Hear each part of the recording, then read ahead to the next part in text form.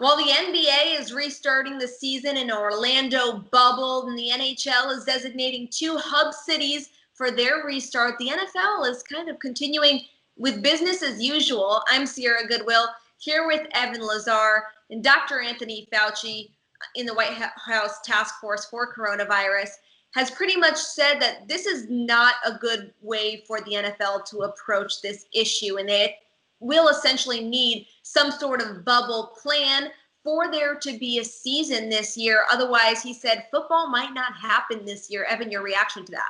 Well, I think that Dr. Fauci is a very respected man, and I agree with what he is saying in terms of if they're going to take this laissez-faire attitude towards it, then we probably won't have football the way that we wanted it in the fall. But basically I did talk to one league source about this because I'm like flabbergasted that the league is not doing anything more about this. Basically, the plan, from what I understand right now, is that all 32 teams are going to be in a bubble, just a theoretical bubble, not an Orlando Disney World bubble, just, at the facility type of bubble where they're not going to be allowed to really interact with people too much from the outside. And basically all that they're going to do is they're going to practice, they're going to go home, they're going to come back and practice, and then they're going to fly on team charters to these games, and everybody is going to eliminate as much outside contact with other people that aren't on the football team as possible. There'll be regular testing, and that's sort of the way that they're going about it. There's also some rumors about like wearing face masks on the field and, different helmets that they might be trying out to try to get them a little bit more protection. But what it sounds like to me is that the NFL is saying it's unrealistic for us to have a Disney World scenario. We don't have that for football. There's not enough facility to go around to have that sort of setup. So I think that what they're going to try to do is just isolate every single team individually as much as possible.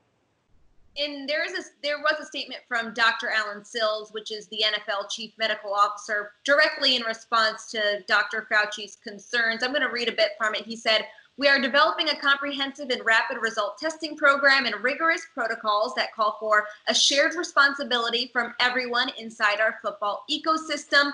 We'll make adjustments as necessary to meet the public health environment as we prepare to play the 2020 season as scheduled, with increased protocols and safety measures for everyone involved." So essentially, what this sounds like to me is that they're using an honor system for their players and just saying, hey, we really hope you don't see anyone other than who you have in your household.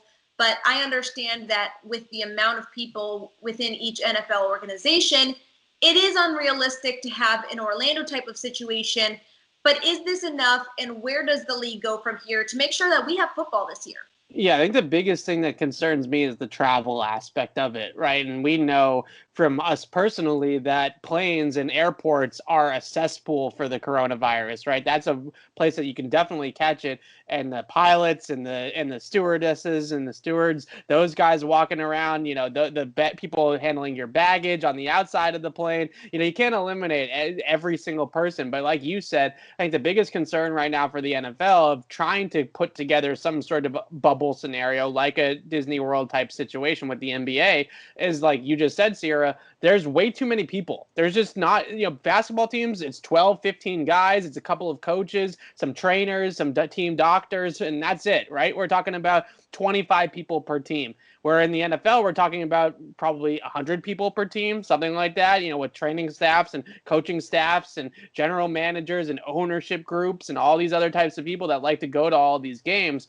It's impossible to have a place, one central location where all of these people can be at one time. But I do think that there is a scenario that is going to be played out in the league over the next couple of months where they do have those host cities like we are seeing in the NHL. And maybe they are able to kind of make it drivable, so that the Patriots might not be there 100% of the time, but maybe the host city is the Meadowlands, right? That's where all the games are going to be played. And all the Patriots got to do is take a bus or a train or something like that there, and they can try to cut down some of the kind of cross-contamination from the outside world in that respect. But I think that the biggest issue that the NFL is running into is that there is not one singular facility that can house that many people and have it function properly. So they don't have the fields, they don't have the facilities, they don't have the hotel rooms, they don't have any of those types of things to be able to host that many people. So it's going to have to be host cities, 4 different locations, something along those lines, if we do get to a point where that needs to be, a necessity for a season. For all of our NFL coverage and Patriots coverage, check it out on our website at clnsmedia.com and subscribe to our YouTube channel at Patriots Press Pass.